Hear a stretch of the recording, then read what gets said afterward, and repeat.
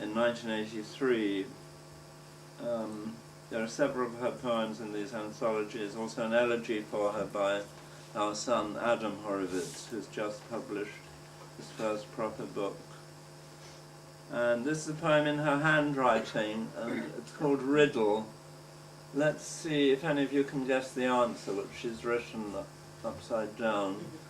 I think one of you at least knows the answer, so you're not allowed to yell it out at the end. Anyone who gets it right can have a half-price book. The ones I've brought, not Tim Cummings.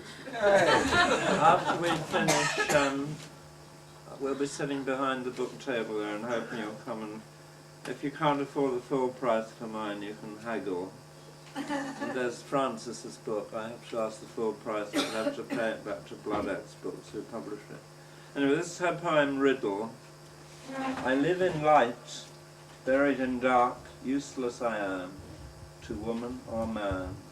No friend of the old, I seldom lie. I give back joy for joy, and grief for grief. I am as deep as a forest pool. Silent am I, but know much. What am I?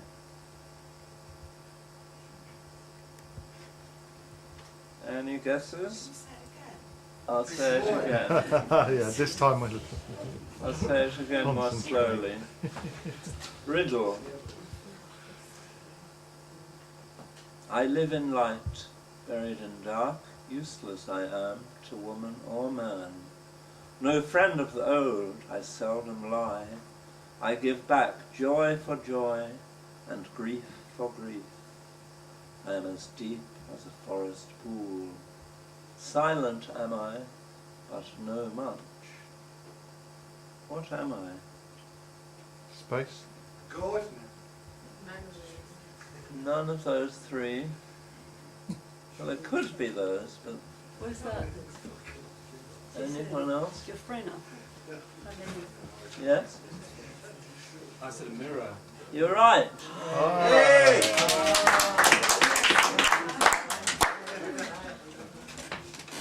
The genial host of this series, Paul Gresham, is from Stockton-on-Tees. There used to be a programme with a man called Wilfred Pickles from the north of England. And at the end of his was a sort of quiz show with prizes. And whenever anyone won a prize, Wilfred Pickles would say, "Give him the money, Barney." So there was a man called Barney who gave people money. Where is he now? That's what I think. Anyway, well done you, and come and get your half-price book in the interval. You can't even afford the other half. You can make me an offer. Okay, and also in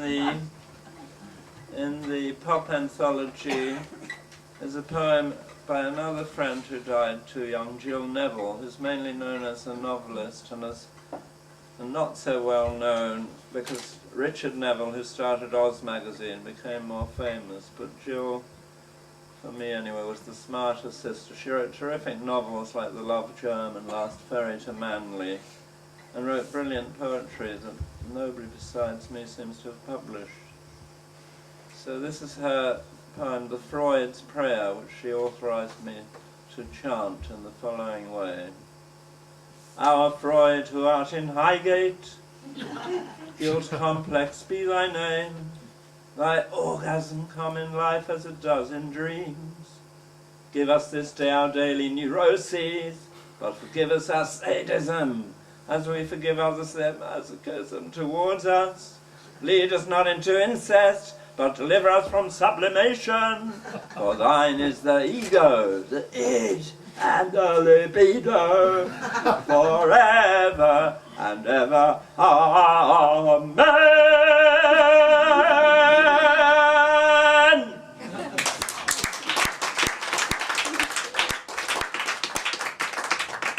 Thank you for Jill Neville. Towards the back of the book is a whole section about my blood family. All these anthologies are my extended family of fellow artists. And my mother had just recently died before this came out, aged 108 months, and she'd lived a very kosher life and was the only good advertisement I've ever seen for Orthodox Judaism. And this is from a sequence I wrote. Yeah, I wrote this long, long ago.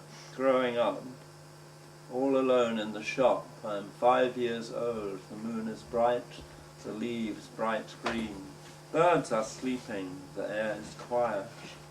Quietly the curtain waves, the boats sailing out to sea.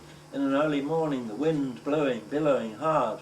The ship is big and the books are good and stories are told, but oh great, here's Mummy. Yesterday she went away and it was hard to take her place. And lastly, from the pop anthology, there's lots more in here, but again, as this is a jazz-oriented session, I'll read one of the poems I put in by E.J. Thribb, the private eye elegist. Christopher Logue, incidentally, wrote all sorts of things for private eye, including the True Stories column. He started the Sue's Corners column, and some private eye reference to him will be celebrated on Tuesday. Yeah, and if any of you aren't on our mailing list for Poetry Olympics, jazz poetry publications, art exhibitions, if you put your emails on these mailing lists, we'll try to mail you. And if you want to know about the Christopher Logue especially, I'll make sure you get it. It's basically at the Purcell Room on Tuesday before. So this was one, it's not in this one. Where is it? Perhaps I should do it. I almost know it by heart, but I shouldn't quite trust to that. It's here.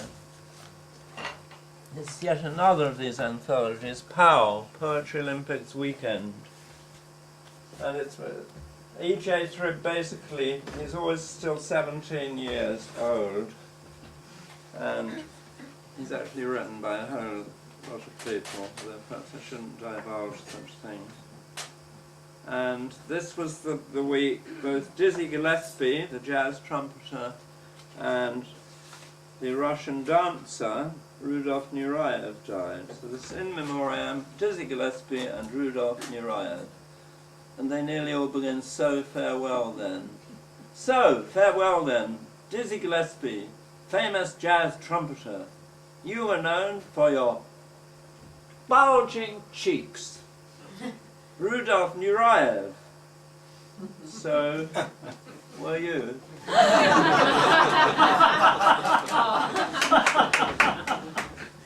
Well done, Thribb. And now over again to Vanessa.